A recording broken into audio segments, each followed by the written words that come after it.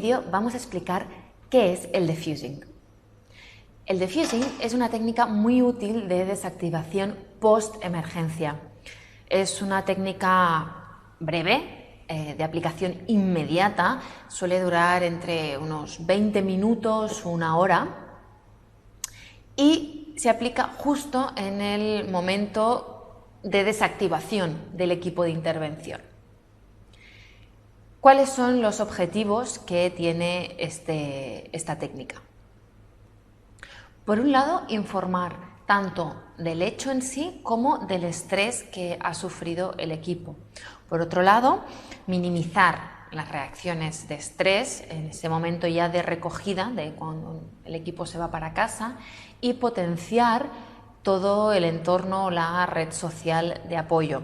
De la misma forma que recordar las capacidades de afrontamiento que tienen cada persona del equipo, cada interviniente, y no solo recordarlas, sino reforzar las capacidades que tienen los intervinientes de afrontar este tipo de situaciones y analizar el bienestar, ¿no?, y las necesidades de cada persona.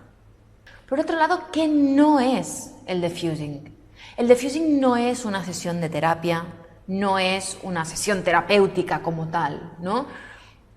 No tenemos que pretender con el defusing tratar a alguien, ni evaluar, hacerle un diagnóstico a nadie, ni hacer un screening. No se trata de eso en el defusing. Tampoco se trata de hacer una ventilación descontrolada, ¿no?, de las emociones que hemos vivido durante el incidente, ni que sea una cosa que se alargue en el tiempo, ¿no? No entenderíamos un defusing de 2 horas o de una tarde entera. El defusing, por tanto, como técnica de intervención inmediata, de autocuidado, tendría que ser protocolario después de todas las intervenciones en emergencias, para todos aquellos grupos de intervención que han actuado en dicha emergencia. Es importante porque es una forma de cuidarse a uno mismo y de cuidar a nuestro equipo. Los responsables de los equipos, los jefes de unidades, deberían protocolizar y sistematizar sesiones de defusing después de una intervención, puesto que minimizarían las reacciones y los posibles inconvenientes derivados de una intervención con alto nivel de estrés. ¿Qué fases tiene un defusing? Hemos dicho que es una reunión informal, que no está muy estructurada, pero sí que podríamos identificar 3 fases en las que se desarrollará esta reunión. Estas fases son una introducción, una fase de exploración de los hechos y una fase de información y cierre de la sesión. Veamos más en detalle cómo se organizan estas diferentes fases, en qué se concretan. En la primera fase, en la de introducción, se explica un poquito cómo se va a desarrollar la sesión, el setting que diríamos, ¿no? Explicamos el funcionamiento, los objetivos de la misma, y se pide que las personas que tengan preguntas que las hagan en ese momento. Es poner el mise en place, ¿no?, de situar todos los componentes, que todo el mundo tenga claro en qué va a consistir, que tenga claro qué es y qué no es esa sesión. La verdad es que los equipos que lo aplican de forma sistemática, ¿no?, que tienen costumbre de usar esta técnica, claro, esto es mucho más rápido. Sí que es aconsejable al principio dejar claros los objetivos para que todo el mundo, sea alguien nuevo o, claro, después de una situación así, de una intervención, puede ser que no estemos centrados, ¿no? Es lo que hemos dicho, quizá nuestra capacidad de atención se ve un poco afectada, entonces que nos digan, pues mira, los objetivos son A, B y C, y esto va a durar 20 minutos, media hora, y se trata de que hagamos este pequeño ejercicio todos juntos antes de irnos para casa. En la fase de exploración, sin embargo, se trata de relatar los hechos, ¿no? Relatar cómo ha sido la intervención, qué hemos hecho, qué no hemos hecho, qué cosas hemos vivido, qué cosas hemos visto.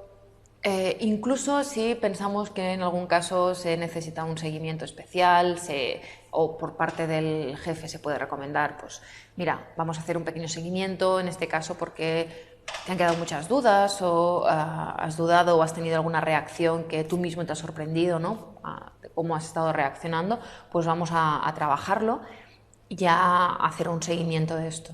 En la fase final, en la fase de información, se hace un resumen de todo lo que han explicado los intervinientes en la fase anterior, ¿no? En la fase de exploración. Se hace un resumen del relato, de cómo ha ido la intervención en sí, de cómo ha sido el suceso y cómo hemos ido reaccionando. Se normalizan, se vuelven a recordar todas las reacciones normales de estrés y de evolución, ¿no? En las siguientes horas, en los siguientes días, qué reacciones son las normales. Hemos visto en la semana anterior, hemos visto un vídeo de cuáles son los patrones de reacción normales en adultos, ¿no? Evidentemente en intervinientes estos patrones de reacción serán un poco diferentes debido a la experiencia y a la formación de estos profesionales, pero no está de más recordarles cuáles son estas reacciones y normalizarlas. También es muy importante que en este cierre de sesión se recuerden o se den las pautas de afrontamiento del estrés y de gestión de emociones básicas para estos primeros días. Es muy importante poder reforzar todas aquellas conductas que en un pasado les han ido bien a estos intervinientes y todas aquellas conductas que sabemos que fomentan la resiliencia y la capacidad de recuperación en estas situaciones. Teniendo en cuenta que al ser intervinientes la afectación no ha sido como víctima, es una victimización, ¿no? del interviniente en ese sentido, ¿no? Pero ha estado expuesto a mucho estrés, a una situación de estrés excepcional, como las personas que han vivido la emergencia, pero con un rol, ¿no? que se le presupone pues, un distanciamiento, una profesionalidad, ¿no? Pero eso no significa que no les vaya a afectar. Tenemos que tener en cuenta que hay muchos estudios que documentan el hecho de que los intervinientes se ven afectados, hemos visto en vídeos anteriores, ¿no? En que se traducen ese tipo de afectaciones por exceso y por defecto de conductas, ¿no? Tanto pues, el burnout, que ya lo habéis visto, como conductas de desinhibición o de sensación de control excesivo, ¿no? De que pueden más de lo que realmente pueden.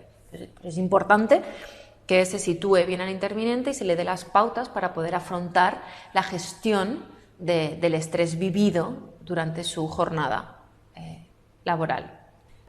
El diffusing normalmente lo llevará el coordinador o el jefe de unidad o el responsable del grupo de intervinientes. Esta figura lo que tiene que hacer es garantizar que las personas se puedan expresar libremente, que se sientan comprendidos, que se sientan apoyados, garantizar que se les dan las pautas de autocuidado básicas, garantizar que se normalizan los síntomas, que se van a casa desactivados, que han pasado del momento de estrés, de adrenalina, de la intervención a un momento en el que ya pues, se están recogiendo, es la desmovilización, ¿no? Y son capaces de explicar lo sucedido para no tenerlo que explicar en casa muchas veces. Muchas veces se recomienda también hacer el diffusing para que no tengan que llegar a casa y con su pareja, con sus familiares, ¿no? De alguna forma vomitar todas esas experiencias para vaciarlas, ¿no? que puede ser dañino para la persona que lo está escuchando, que no está preparada para todo eso. Entonces, es una forma preventiva de daños emocionales, ¿no? O de desajustes emocionales. Por último, es muy importante que se le dé la opción a los intervinientes de aceptar sus reacciones, ¿no? Muchas veces lo que comentábamos ahora, de que los intervinientes, esa figura, ¿no? Inasequible al desaliento, que de alguna forma pues están acostumbrados, ¿no? a vivir estas experiencias, es su trabajo. Pero eso no significa que no pueda afectarles. Y es muy importante ayudar a los intervinientes a aceptar sus propias reacciones y sus propias emociones. Hay muchas veces que el hecho de ser interviniente, hay algunas experiencias que te afectan más y otras que menos. También esto depende del grado de identificación con la experiencia traumática en la que acabamos de intervenir. Entonces es importante poderlo detectar como interviniente, poderlo aceptar y poderlo afrontar de forma correcta para poder seguir con nuestro trabajo y con nuestra vida.